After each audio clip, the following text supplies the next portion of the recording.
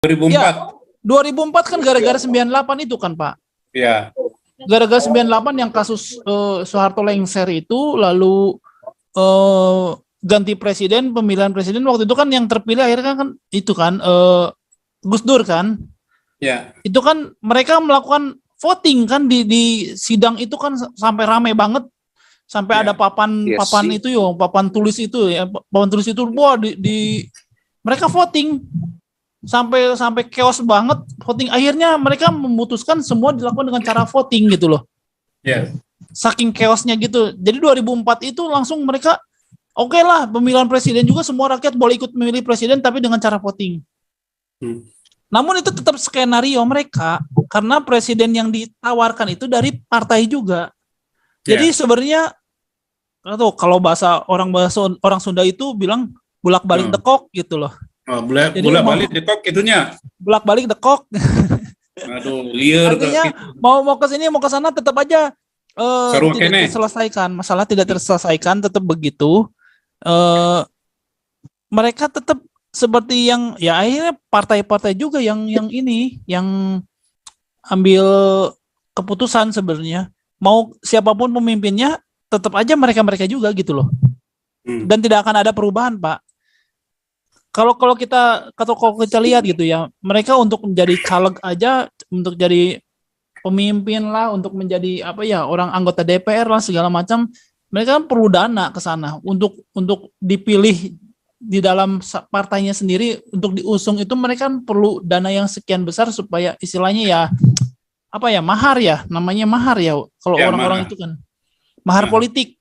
Mahar politiknya. Makanya itu akhirnya sampai kapanpun Pak, Indonesia akan tetap begitu Pak. Jumlahnya lebih banyak, tapi kan waktu itu Trump menang karena dia wilayahnya yang menang gitu loh. Wilayah yang Indonesia juga kalau misalkan mau voting juga per wilayah dong. Biar ada pemerataan. Kalau gitu bisa-bisa orang Kalimantan lebih menang daripada orang Jawa dong. Orang Kalimantan kan wilayahnya lebih luas. Orang Papua wilayahnya lebih luas ceritanya ya. Atau kalau misalkan cuman terfokus di Jawa atau di Sumatera gitu kan, istilahnya nggak akan ada pemerataan Pak. Itu benar-benar keadilannya tuh hampir nggak ada gitu loh. Orang kan terfokus di Jawa semua gitu loh. Sedangkan Indonesia itu bukan Jawa. Andai kata Jawa menang terus kan wilayah yang lain kan lama-lama jengkel juga Pak, jengkel. Saya juga jengkel menang, Pak. Jawa lagi menang. Kita kasih kesempatan ke Pak Translisi. Silakan Translisi. Shalom. Shalom. Mas Santi Amir. Yuk. Pak Teddy dan teman-teman yang hadir di Zoom ini dan di YouTube. Kalau saya melihat dari sisi yang lain ya Pak ya, saya melihatnya ini ada 3 nama ini yang paling fenomenal di Zoom ini. Yang pertama, Joseph Paul Zhang, Nabi ke-26. Yang kedua, Joseph Manubulu. Nah, yang ketiga, Joseph Kalajengking. Nah, yang terakhir ini. Yang terakhir ini yang rasisme, Pak. Iya, yang terakhir ini yang rasisme sekali nih. Dia ini sangat lihai ya, seorang pedagang. Pedagang ini, dia sebenarnya seorang pedagang ini, Pak. Dia hanya kecewa karena usahanya itu belakangan ini mendapat penolakan dari rezim yang sekarang ini. Jadi banyak usahanya yang dia kembangkan, yang dia kelola itu tersangkut dengan masalah-masalah hukum. Banyak Pak. Kemudian ini si Kalajengking ini ya pandailah dia berselancar dengan politik. Ya benar. Amin. Misalnya pernyataannya kemarin Pak, Bapak masih mungkin tahu ya, kemarin itu waktu rame-rame penolakan Israel itu yang usia 20, lah dia mendukung sekali itu Israel bermain sepak bola di Bali itu. Nah, itu kan berarti dia sangat pandai melihat situasi. Kemudian yang saya agak merasa aneh itu, dia kemarin itu kan memprotes ya di dalam Cina itu, ISMI itu, bahwa Cina menguasai ya perekonomian di Indonesia. Padahal usahanya yang ada di Poso, PLTA Poso, itu ngutang dari Cina, Pak. Untuk bangun itu dia ngutang dari Cina loh. Tetapi ada kata-katanya yang saya ingat sampai saat ini. Ini kata-katanya, Pak. Lebih cepat, lebih baik. Itu aja dari saya, Pak. Terima kasih.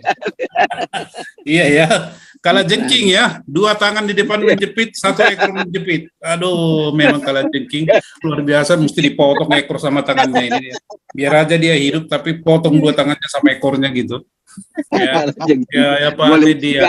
Istilah mantap ya, kalah jengking boleh juga ya, saya Kalah jengking mantap itu. Nah, kita dijadikan ini, kalau kita merkibong, kalau jengking jadi kalah nungging gitu. Kalau nungging. Merkibong ya. Oke, baik teman-teman, jadi kreatif aja. Nanti kita soal data atau informasi yang A1 itu, yang primer itu bisa dipasok teman-teman dari mana-mana saja, supaya kita tidak terjebak dalam fitnah gitu ya. Jadi harus didukung oleh fakta dan data. Dari kalah jengking menuju kalah nungging, nah gitu dah. Nah, itu kalau ada artikel menulis itu bagus itu. Ya, kalah jengking menjadi kalah nungging gitu. Ya. Oke, ini Octavianus tertawa nih. Octavianus ngomong dulu, ayo. Octavianus. Ketawa aja. Iya sih, gimana? Kita nggak perlu takut lah gitu loh, Kak. Asal kita punya data-data valid kan gitu. Kita juga udah banyak sekali mengalami penyerangan kok, apalagi khususnya kepada Galarua ya. Tidak cuma dari kadrun Arab doang, bahkan sama Kristen juga kadang-kadang menyerang kita kan gitu. Tapi kita nggak perlu takut karena kita sendiri berjalan di jalan kebenaran. Ini tidak membela sebuah agama seperti yang saya katakan kemarin, tapi di ADART-nya Galarua kita kan membela negara. Kita bela negara sesuai dengan ADART, sesuai dengan negara berdasarkan Pancasila dan Undang-Undang Dasar 45. Jadi kalau kita hendak mencari data ya gampang aja, kita nggak perlu takut gitu, apalagi gitu. Jadi saya juga ingin mengobarkan semangat teman-teman lah. Ayolah, kalau bisa kita viralkan lagi petisi change.org itu agar semakin banyak menandatangani secara digital petisinya di change.org gitu loh. Jadi kalau mengenai sisi kalah nungging itu nggak perlu teman-teman takut lah, kalah nungging lah gitu. Jadi begitu karena kita juga udah bosan kan, kita ditekan-tekan melulu kan, padahal kita berada di jalan kebenaran kok. ADART kita tidak ada kita membela sebuah agama apapun. Bahkan kalau ada kelenteng atau wihara diserang oleh pihak segelintir radikal gitu, ya kita bisa membela mereka karena membela hak kewarganegaraan kan, membela hak kewarganegaraan negara Indonesia gitu. Iya. Jadi tidak ada perlu ditakutin, asal kita berjalan di jalan kebenaran. Gitu aja menurut saya. Makasih. Hidup Galarua lah, merdeka lah. Shalom. Luar biasa ya, Franz Lisi memberi inspirasi ya. Mungkin ada nanti tulisan lah. Kita berharap Pak Teddy atau teman-teman bikin tulisan Pak, artikel dari kalah jengking menjadi kalah nungging gitu ya. Itu bagus itu Pak. Judul tulisan itu Pak. Oke. Yang penting jangan Aldo. Ya. Nanti jadi purbakala lagi. Enggak, jadi purbakala. Teman-teman di Princeton University atau di mana itu, tolong bikin tulisan ini gitu. Baru kirim ke kita. Oke, guys. Gitu dong. Baru nanti dari Inggris diterjemahkan Indonesia terjemahkan ke bahasa Makassar gitu. Ya, jadi jangan hanya siapa namanya Sari Puding. Pak ya. Itu Pak Sentemir yang Pak bilang bahasa sebenarnya pakai dialek, jangan bahasanya. Bahasa asli barangkali mereka nggak mengerti. Saya juga bisa bahasa tradisionalnya kita bisa, tapi Lebih condong pakai dialek aja, dialek umpamanya dialek Batak lah, dialek Manado lah, dialek Ujung Pandang lah. Nah ini masih kena Pak. Yang tadi benar Pak. Tadi cermati. Umpamanya contoh ya, saya kasih contoh lah. Umpamanya bahasa Tuntembuan, saya punya bahasa ya. Mico misako, manto ca itu maka loko. Kita kok mengame-ngame, itu kan susah kan? Itu arti kenapa Anda menangis terus gitu. Oleh sebab itu logatnya tinggal dialeknya aja, dialek Ambon boleh, NTT dialek aja yang dipakai Pak. Bung Galak Supaya lihat kesukuan kita tadi. Bung Galak Iya, sebelah mana itu mata Sumoloto. Katong hati-hati juga. Iya. Itu Pak Teddy. Itu lebah madu dulu Pak Teddy, lebah madu. Ayo lebah madu. Oke, amin. Lebah madu. Ya, shalom. Shalom. Ya, Pasan Diamar dan shalom buat semua teman-teman di sini. Shalom. Ini Pak, jadi saya kan melihat begini ya Pak, yang ini yang dulu pernah saya bahas Pak. Kan melihat gini, mereka kan pakai strateginya kan buat pemilu ini ya, buat pemilu biasa kan pakai voting itu kan, yang pemilu satu orang milih satu, misalkan satu orang one man vote. Ya, one man vote. Cuma kan kembali ya, selalu saya pengen kita kembaliin ke ini Pak, bisa nggak kita kampanyekan musyawarah untuk mufakat Pak? Soalnya kalau udah one man one vote itu udah bukan karakteristiknya Indonesia, bukan. Iya. Bukan karakteristiknya Indonesia, one man one vote itu bukan begitu. Itu kan one man one vote itu dimulai sejak tahun berapa? 98. 2004. Ya, 2004 kan gara-gara 98 itu kan Pak. Iya. Gara-gara 98 yang kasus Soeharto lengser itu, lalu ganti presiden, pemilihan presiden waktu itu kan yang terpilih akhirnya kan itu kan Gus Dur kan. Ya. Itu kan mereka melakukan voting kan di sidang itu kan sampai ramai banget, sampai ada papan itu yo, papan tulis itu ya, papan tulis itu wah di mereka voting sampai chaos banget voting. Akhirnya mereka memutuskan semua dilakukan dengan cara voting gitu loh. Ya. Saking chaosnya gitu. Jadi 2004 itu langsung mereka oke lah, pemilihan presiden juga semua rakyat boleh ikut memilih presiden tapi dengan cara voting. Namun itu tetap skenario mereka, karena presiden yang ditawarkan itu dari partai juga. Jadi sebenarnya kalau bahasa orang Sunda itu bilang bolak-balik dekok gitu loh.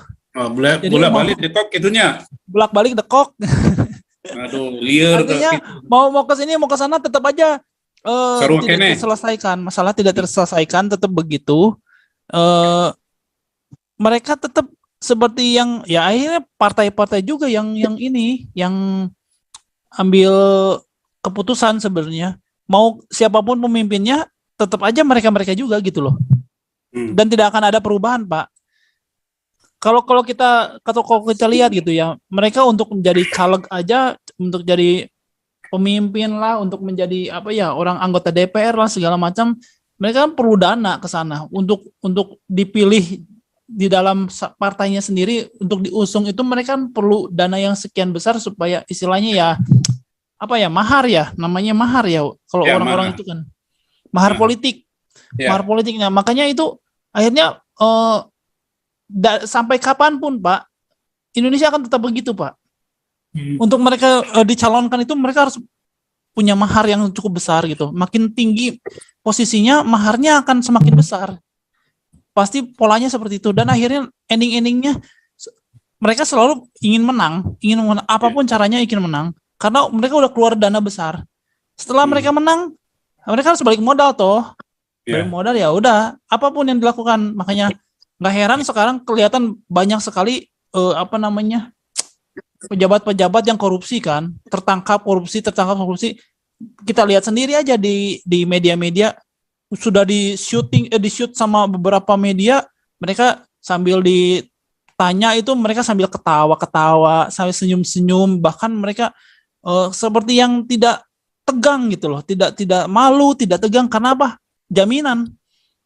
ada jaminan, ada yang backup gitu loh. Nah, karena kan kemarin kan kebongkar banget ya siapa itu si yang DPR itu yang namanya siapa Pacul itu ya. Kalau kata ibu misalkan itu yang uang hasil korupsi itu dikembalikan kepada negara atau gimana, mereka kan sepertinya tidak mau ada bikin undang-undang seperti itu gitu loh. Perampasan perampasan hasil korupsi gitu kan. Ya, aset. Berarti kan mereka memang sudah diskenariokan nanti si caleg-caleg ini misalkan katakanlah terpilih lalu jadi ambil jadi yang tadi disebutkan lah, jadi menteri inilah, jadi menteri itulah, karena memang udah ada skenario di balik itu semua kan. Nanti setelah jadi menteri, nanti mereka korupsi lah, udah korupsi, uangnya masuk ke partai lah. Setelah korupsi, mereka dikatakanlah di penjara juga. Saya yakin mereka penjaranya nikmat. Mereka udah nggak usah pusing gitu ya. Masa depannya udah terjamin, keluarganya dijamin. Karena kan di satu sisi gini, jadi kalau kamu nggak melakukan korupsi ini, keluarga kamu diancam misalkan, atau misalkan dia kalau kamu melakukan korupsi ini, ya kamu istilahnya keluarga kamu aman, masa depan kamu aman, udah selesai istilahnya, kamu akan dilupakan istilahnya. Atau mungkin bisa jadi balik lagi kayak beberapa orang ya balik lagi, bisa jadi apa gitu di partainya, naik lagi kan, aneh gitu kan, bener-bener lucu loh, ini orang koruptor kok dipilih lagi jadi apa partai gitu loh, seolah-olah berguna bagi partai gitu loh. Makanya memang jadi istilahnya kalau orang Sunda tadi bilang bolak-balik dekok, mau gimana juga metodenya akan begitu, akan berulang-ulang kecuali kita merubah caranya gitu loh. Gimana kalau kita kampanyekan bahwa kita mulai dengan cara musyawarah mufakat lagi. Terus MPR itu memang harus dijadikan lembaga tertinggi negara. Jadi dan isinya adalah orang-orang dari perwakilan daerah gitu loh. Jangan ditambah DPR, itu makin aneh gitu loh. Ya. Masa DPR dirinya memerintah, nanti dirinya mengambil keputusan untuk dirinya sendiri, itu kan konyol gitu. Jadi jangan ada di dalam MPR itu seharusnya tidak ada DPR. Biarkan dari MPR itu memang perwakilan dari rakyat gitu loh. Pure murni orang-orang wakil-wakil rakyat yang memang dipilih oleh rakyat itu sendiri gitu. Tokoh-tokoh masyarakat yang memang dari rakyat sendiri mengajukan orang-orang ini. Nah, ini orang-orang inilah yang nanti mengajukan siapa sih yang jadi cocok jadi pemimpin. Misalkan dari tiap daerah punya jagoannya sendiri gitu loh. Partai, aduh, saya jadi kalau lihat partai itu sistemnya kayak gitu Pak, udah terlalu aduh, udah ngeri lah. Udah terlalu jenuh Pak, lihat begitu. Nanti mereka kan metode yang sama, mereka ya begitu terus Pak, nggak akan ada perubahan. Mereka melindungi diri mereka sendiri, udah dibikin sistem sebegitu udah benar-benar dibikin ketat sekali sistemnya, sampai mereka pun sudah, kalaupun mereka misal tertangkap, mereka udah ada exit plan-nya gitu loh. Mereka kalau ternyata tertangkap gitu ya, udah rencananya udah panjang gitu, udah dipikirkan panjang sekali, dan mereka semua safe. Kalaupun ada yang bermasalah, ya kayak kemarin si Harun itu nggak tahu kemana orangnya kan, aneh gitu loh, hilang gitu. Harun banyak yang hilang gitu ya.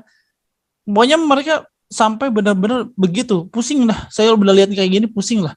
Liarnya. Kayak saya pengen ya ide-ide saja sih gitu. Kita kampanyekan lagi musyawarah untuk mufakat, terus kembalikan MPR itu sebagai lembaga tertinggi negara. Kalau bisa MPR itu diisi bukan lagi orang-orang DPR yang isinya adalah orang partai juga gitu loh. Jadi kan aneh gitu. Supaya enggak tolong gitu, singkat Kang gitu sahat.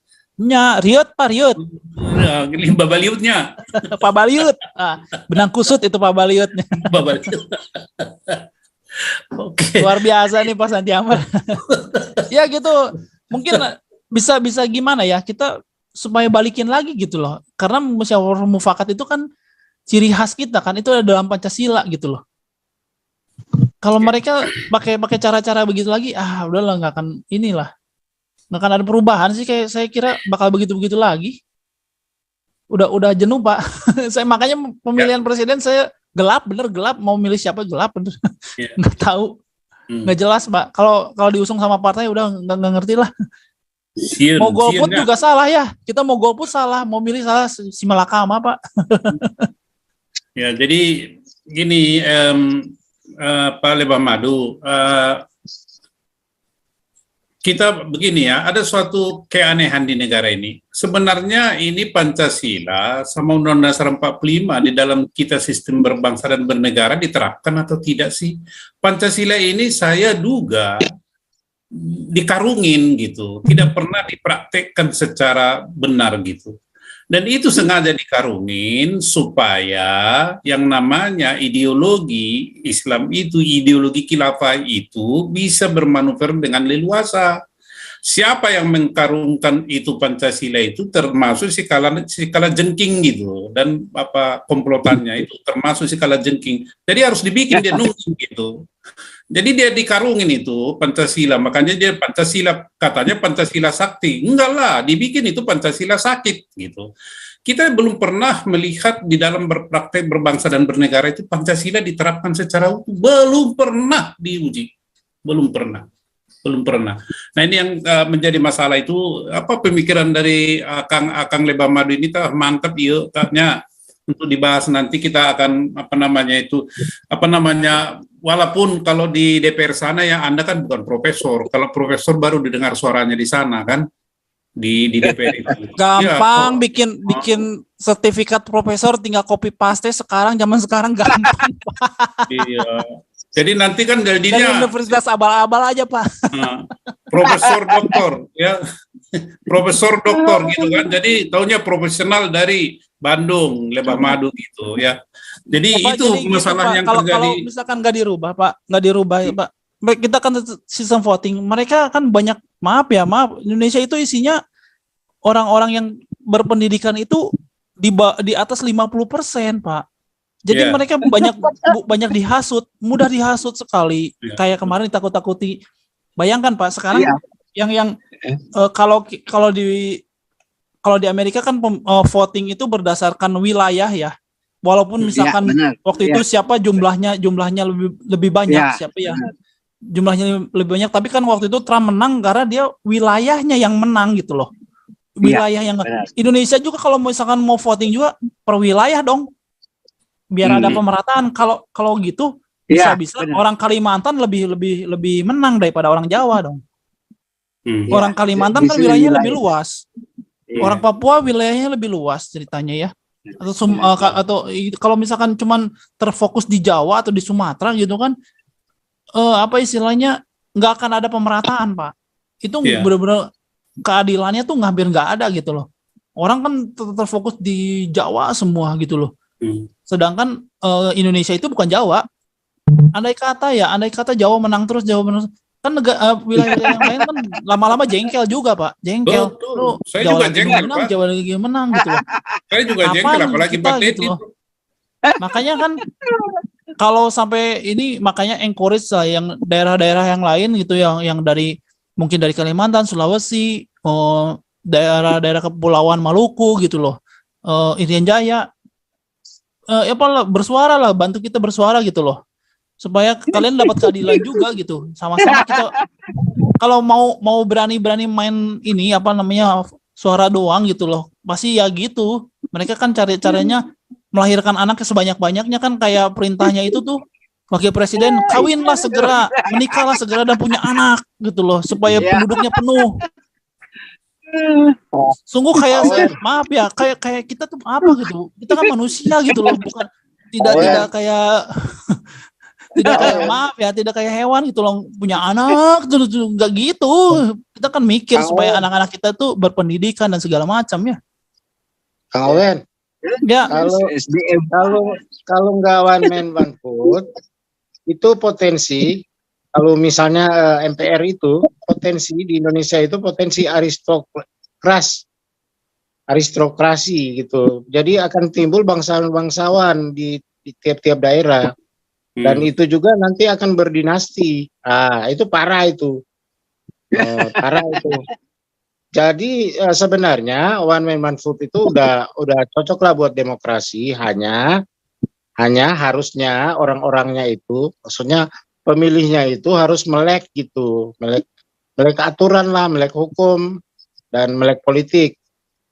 Jangan ya kalau kayak sekarang ini kan ya masih di atas 50% lah yang penduduk kita itu yang istilahnya masih pendidikannya masih di bawah gitu. Nah, itu aja, Pak. Pendataannya yang susah, Pak, kalau kayak gitu, Pak. Bagian Iya. pendataannya bisa korup, Pak. Enggak juga, Kak, dengan teknologi yang ada sekarang, ya kan? Itu sudah sudah enggak masalah, ya. Misalnya orang milihnya itu enggak usah lewat TPS, lewat ATM aja bisa gitu. Kan masing-masing sudah punya ID card gitu. Nah, itu kan teknologi. Jadi kalau menurut saya one man one vote itu udah paling cocok lah buat demokrasi saat ini. Jangan sampai muncul nanti yang kayak itu perwakilan itu yang modelnya kayak itu perwakilan daerah, utusan daerah.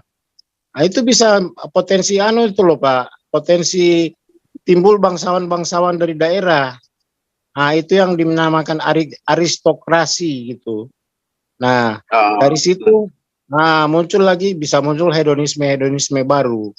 Jadi harus dipertimbangkan jauh-jauh ke depan. Jangan kita melihat kayak sekarang ini, ya oke lah, kayak karena masih majority misalnya dari tempat lain, dari yang lain, ya itu wajar lah. Tapi kalau sudah ke depan, mungkin 3 atau 4 generasi ke depan, itu kan sudah teknologi sudah maju, sangat maju. Kemudian orang-orang itu sudah pada pinter semua, sudah melek semua lah, baik politik, baik ekonomi, baik hukum. Itu sudah tidak masalah gitu. Jadi ke depan itu ya mau siapa saja bisa jadi misalnya presiden, jadi pemimpin di Indonesia. Itu aja Pak Owen. Ya, maksudnya gini Pak, wacana itu teh bisa memang ada yang dipertimbangkan Pak. Yang dipertimbangkan itu yang bayar pajak Pak sebenarnya Pak. Kalau berpendidikan itu susah Pak. Kalau mendata orang-orang berpendidikan kayak misalkan ATM, saya punya bawahan juga. Maaf ya, pendidikannya cuma SD tapi dia ngerti buka ATM kayak gitu ngerti. Cuma dia nggak bayar pajak Pak. Ada yang nggak bayar pajak, dia nggak mau bayar pajak, ada Pak. Nah makanya kalau saya sih lebih encourage yang bayar pajak Pak. Sebenarnya mereka yang mengkontribusikan diri mereka buat negara gitu loh.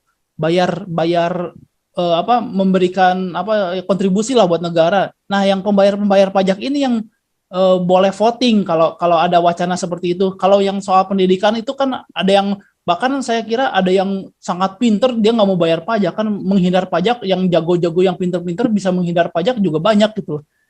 Jadi sih ya, saya lebih concern yang bayar pajak sih Pak kalau mau kayak gitu Pak.